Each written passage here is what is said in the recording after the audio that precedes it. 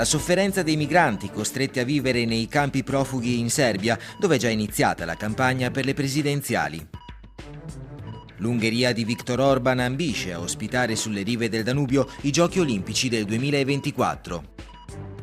In Polonia i contrasti tra i politici e gli storici impediscono l'apertura del museo della Seconda Guerra Mondiale. Teatrum Mundi, un progetto che a Lecce impegna attori da ogni dove per creare un teatro pluriculturale. Le Pussy Riot, arte, musica e cuore per affermare i diritti civili e la libertà nella Russia di Vladimir Putin.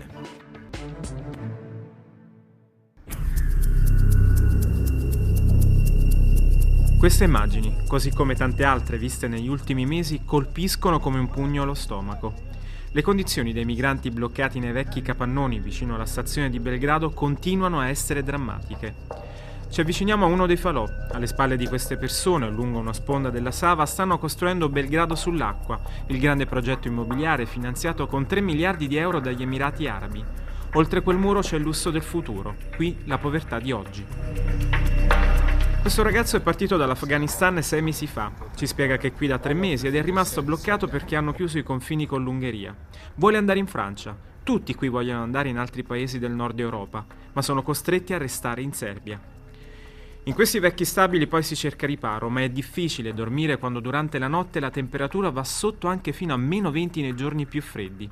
Inevitabili problemi di salute tra case di congelamento e altre patologie legate al freddo o al fumo che si respira. Medici Senza Frontiere ha installato una clinica a pochi metri dalla stazione. È un continuo via vai. Qui dalla fine dell'estate lavora anche un italiano. Si chiama Andrea Contenta. È l'esperto di affari umanitari per MSF nella capitale serba. Ci spiega che la situazione è precaria, soprattutto per chi vive fuori dai centri di accoglienza. Il problema è che fino a qualche settimana fa le autorità non riconoscevano in qualche modo l'esistenza di queste persone, ma questo è un problema più grande che non riguarda soltanto Belgrado o la Serbia, è un problema che riguarda tutta la regione, perché ci sono migliaia di persone al di fuori dei centri ufficiali che si trovano o nelle zone di confine o nelle città che sono i punti principali, no? Dove uno può trovare opportunità per attraversare il confine.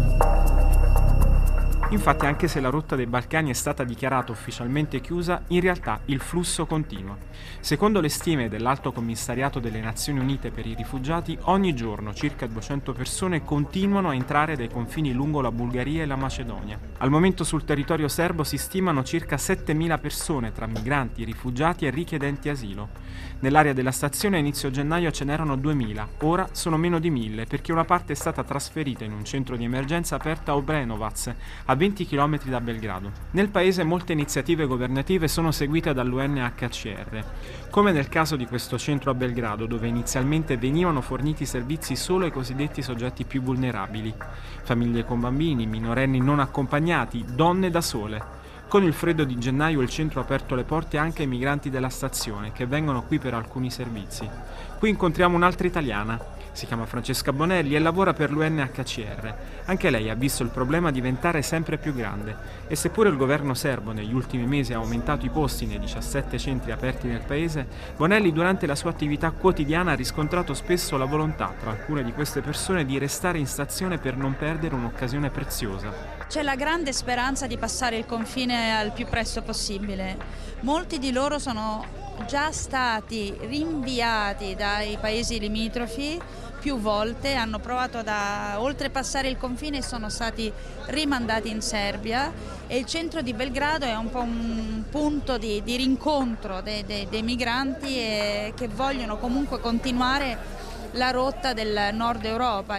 Una speranza che purtroppo passa per i trafficanti di esseri umani, che hanno un ruolo in questa triste storia. Molto spesso i trafficanti fanno molta pressione ed è difficile aiutarli in modo efficace e immediato perché vogliono continuare a tutti i costi il loro tragitto.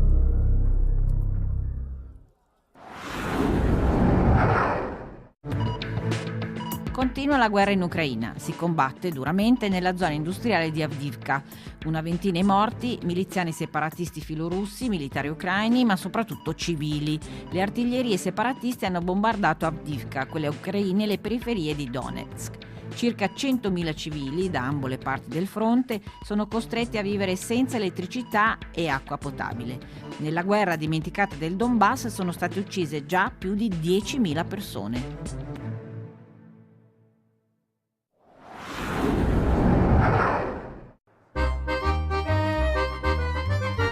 La sfida è di quelle proibitive, ma Budapest vuole giocarsela. Ancora 7 mesi e si saprà quale città avrà il diritto ad ospitare i Giochi Olimpici del 2024. È ormai una corsa a 3 dopo il ritiro di Roma, avvenuto nella seconda parte dello scorso anno. Los Angeles, Parigi e appunto Budapest. Davide contro 2 Golia, verrebbe da pensare. Eppure proprio questo potrebbe essere il suo punto di forza. Il Comitato Olimpico Internazionale chiede infatti ora edizioni più sostenibili anche dal punto di vista economico. I costi di molte delle ultime manifestazioni olimpiche hanno superato i ricavi, mandando in crisi le casse dei paesi ospitanti. Un esempio su tutti, quello greco. Il direttore sportivo di Budapest del 2024, Attila Mijer, punta su questa sostenibilità. Una grande parte delle potenziali strutture olimpiche o esistono già oppure sono già pianificate. Questo significa che a prescindere dalla vittoria o meno della candidatura, noi comunque le avremo a disposizione. La capitale magiara si appresta ad ospitare il prossimo luglio i mondiali di nuoto, preparati in fretta e furia dopo il forfait della messicana Guadalajara. Spicca una nuova struttura sulle rive del Danubio. Altri luoghi, come la storica piscina dell'isola sul fiume, saranno temporaneamente ampliati. I marmi all'entrata celebrano le medaglie olimpiche ungheresi, compresa quella della pallanuoto nel 1956, conquistata nella famosa partita del sangue vinta in Australia contro l'Unione Sovietica a un mese dalla repressione dei moti. Eva Santo è l'amministratrice delegata del comitato organizzatore dei mondiali. This is the biggest ever. Questa è la più grande competizione sportiva di sempre a Budapest. Siamo orgogliosi di ospitare questo evento. Ci saranno 6 discipline: nuoto, tuffi, high diving, pallanuoto, nuoto sincronizzato e nuoto in acque libere. Le imprese olimpiche della nuotatrice di casa Katinka Hosszu, 3 ori e un argento a Rio, hanno entusiasmato molti ungheresi che, tuttavia, sondaggi alla mano, rimangono divisi sull'opportunità di ospitare un'edizione olimpica. Proprio in questi giorni è in corso una raccolta firme di Momentum, un movimento contrario ai giochi che punta a tenere un referendum locale per chiedere il ritiro della candidatura, come già avvenuto ad Amburgo. 300 volontari, per lo più giovani, hanno già raccolto circa 70.000 firme in 2 settimane e se dovessero raggiungere la soglia delle 138.000 entro la metà di febbraio otterrebbero la consultazione. Si risparmi sulle Olimpiadi, si investa in sanità, istruzione, trasporti, casa e sociale, sostengono. Ma alla fine, secondo Attila Mijer del comitato organizzatore, le Olimpiadi sono comunque un affare. I benefici possono essere considerati sul lungo termine. Se ci focalizziamo su questo festival di 6 settimane, Olimpiadi e Paralimpiadi, è quasi impossibile restare inattivo. Ma cambia tutto se allarghiamo il nostro sguardo e pensiamo al futuro sviluppo della città e del paese, in termini di cultura sportiva, vita sana, quello che succede per le generazioni future, turismo o creazione di posti di lavoro.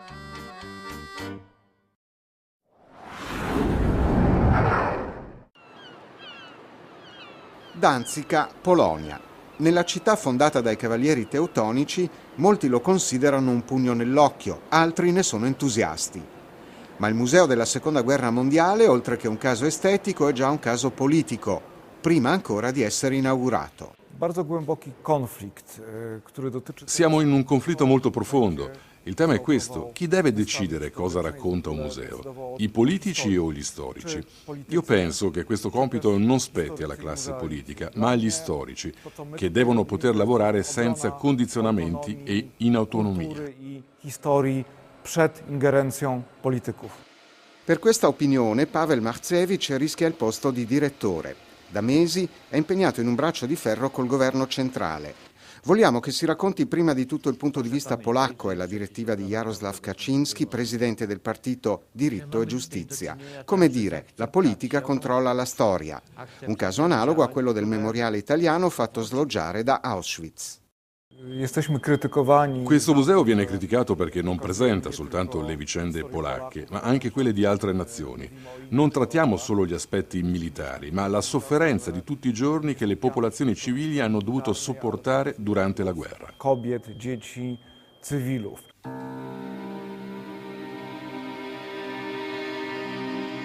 C'è ad esempio la ricostruzione di una strada di Varsavia prima della guerra e poi la stessa strada nel 1945.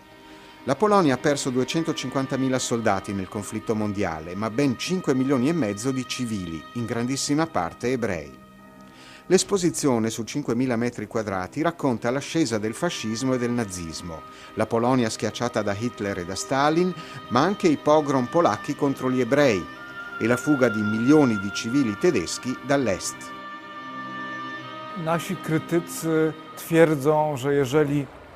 Un'altra critica che ci viene fatta è che presentando le vicende di altre nazioni e altri popoli finiremmo per sminuire e svalutare l'identità nazionale polacca. Io credo invece l'opposto, solo presentando l'intero contesto europeo potremmo capirci e comprenderci meglio. Tylko wtedy, jeżeli ją pokażemy jako część historii europejskiej i światowej.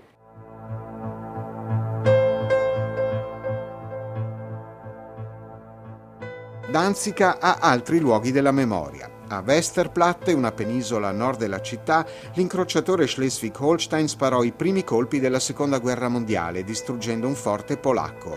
Erano le 4:45 del 1 settembre 1939. Alla stessa ora l'edificio delle poste polacche fu assaltato dalle SS. L'assedio durò 7 ore e si concluse con la fucilazione dei 40 dipendenti che avevano resistito.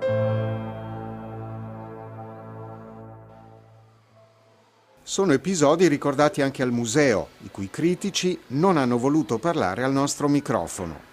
L'inaugurazione era prevista per marzo. Non è certo però che la data potrà essere rispettata se il Museo della Seconda Guerra Mondiale dovrà piegarsi ai dettami della politica.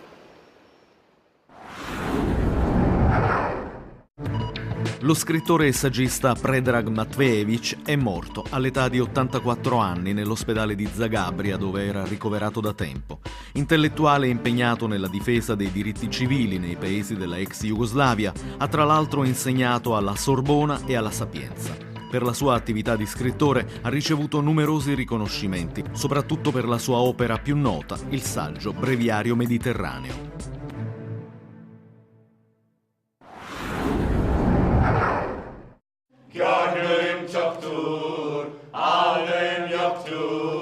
Una compagnia di girovaghi decide di mettere in scena la più classica delle commedie degli equivoci, L'anfitrione di Plauto, ma gli attori non arrivano, il teatro non si trova, generando in un gioco di specchi nuovi equivoci in cui è sempre più complicato distinguere tra vero e falso. Tema decisamente adatto in tempi di post-verità, quello messo in scena sul palco della compagnia Stragali Teatro di Lecce, dove si ritrovano attori provenienti da mezza Europa, Turchia, Lettonia, Olanda, Grecia, Francia, Bulgaria. Il progetto Teatrum Mundi si muove tra le città europee per dare valore al concetto di multicultura, in questo caso un inedito spettacolo multilingue. Réveille-toi! Wake up! Δεν μπορείς μου μέσα στη νύχτα? What do you want in the middle of the night? Più punti di contatto che distanze tra le diverse radici teatrali. I've been thinking of it since day one. Dal primo giorno sto pensando che dovrei avere una valigia più grande, tornando in Grecia, per tutto quello che sto imparando. Credo che questa prova di teatro ci consente di oltrepassare i confini, di andare oltre i nostri limiti e formare un'unità, tutti insieme. È una nuova esperienza per me e per la mia formazione. Onur invece è turco, ha 35 anni, è la prima volta che recita in Italia. A chi affidare se non a lui il tradizionale Karagoz? Dove voglio arrivare? Sto ancora cercando e questo è sicuramente il modo migliore. Oggi in nessun paese è facile fare teatro. Ho molti amici in tutta Europa e sono tutti nella stessa situazione. Sei un attore? Sì. E dove lavori? È sempre difficile dare una risposta in qualsiasi parte tu sia. Same position. Are you an actor? Yes. In which part are you working? Vita viene dalla Lettonia, un paese con una tradizione teatrale molto legata alla fisicità, ci spiega. Ho visto che nel teatro che non è parlato, infatti sono le stesse regole, è lo stesso linguaggio, e anche se ci pensi che parliamo magari di diverse cose, alla fine non è anche questo. Penso che noi, la gente di teatro, attori, siamo uniti anche con questo. Della compagnia fa parte anche Peter, per anni attore professionista in Bulgaria. Ho lavorato per 3 anni in un teatro statale. In Bulgaria gli attori sono retribuiti con uno stipendio.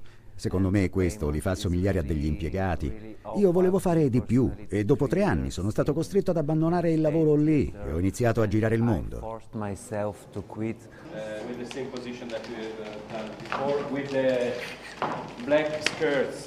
Il progetto teatrale diretto da Fabio Tolledi, creatore della compagnia Stragali, finanziato dall'Unione Europea nell'ambito di Creative Europe, è il primo esperimento del genere. Si avvale infatti di un gruppo di lavoro scientifico coordinato dall'Università di Atene e dall'Università di Venezia, che raccoglieranno il materiale per una produzione multilingue ed una rappresentazione finale. L'appuntamento è a settembre, sempre a Lecce, ma nel frattempo la commedia degli equivoci raggiungerà i teatri di Atene, Amsterdam e Parigi. Oltre che essere attrice mi occupo anche dei progetti internazionali che costituiscono una delle attività principali di Astragali Teatro. Questo è un nutrimento importante per il nostro lavoro perché ci consente di essere in continuo movimento e anche alla continua scoperta di altro, di ciò che è diverso, che è differente, di ciò che non ti aspetti. Cuore e il cuore. Protest e il cuore. Per ribellarsi, opporsi all'autorità di Vladimir Putin ci vuole cuore. Maria Masha Alechina è chiara, non si nasconde. Masha è una delle 3 Pussy Riot processate e condannate a dure pene detentive per la performance più famosa del gruppo artistico russo. 41 secondi nella cattedrale moscovita del Cristo Salvatore. 41 secondi per gridare che venerare Putin è blasfemo, un atto d'accusa contro il maschilismo e il militarismo oggi dominante nella Federazione Russa, un atto d'accusa anche contro il patriarca Cirillo per il suo appoggio a Putin. Un'azione che Masha e Katerina e Nadezhda hanno pagato con il carcere. Число, месяц, год рождения. 06.06.1988. Masha Alechina è stata al Trieste Film Festival per presentare il documentario Azione e Castigo del regista Evgeny Mitta. Pussy Riot, конечно, это протестное искусство. Это искусство, которое выражает. Le Pussy Riot ovviamente sono un'arte di protesta, un'arte complessa che con la protesta esprime e unisce molti elementi, il femminismo, l'azionismo, l'attivismo mediatico e il punk rock. È una combinazione di diverse strategie e tattiche artistiche. È un'espressione attuale di idee di rivolta, di quello che matura nella società, un'energia che vuole emergere, ma non trova altre strade, altri modi per esprimersi. Le Pussy Riot sono un metodo artistico che con i media e internet porta questi contenuti ad un pubblico più ampio. В частности, интернета. Mitta nel film illustra bene come le Pussy Riot sono ancorate alla tradizione iconografica russa. I riferimenti del collettivo, nato nella celebre Accademia Rodchenko, sono lo storicismo di Surikov e la sua Boiarda Morozova, icona della rivolta femminile, oppure la mattina dell'esecuzione dei fucilieri, quadro che raffigura il popolo nello spazio pubblico davanti al Cremlino con alle spalle un despota, ieri Pietro il Grande, oggi Putin. L'avanguardia è presente con le maschere che assicuravano l'anonimato alle attiviste del collettivo, maschere mutuate dai quadri di Malevich. Ma per le Pussy Riot è possibile scindere l'azione politica dall'atto artistico? Non percepisco, non accettiamo il confine, il separare l'arte e la politica. Quello che facciamo è un miscuglio delle due cose. Lei è giovane e madre, ma vale la pena rischiare tanto la vita e la famiglia per un'idea? Noi non siamo le uniche in Russia impegnate nell'arte e politica, siamo solo una parte di questo grande processo. Sono convinta che qualsiasi attività e azione per allargare gli spazi di libertà comporta dei rischi. Questo è normale, ma anche bellissimo. Ma come fate a darvi coraggio per affrontare la polizia o la violenza dei cosacchi? Dove trovate questo coraggio? Dentro di sé, così come voi potete trovarlo dentro di voi, nel cuore.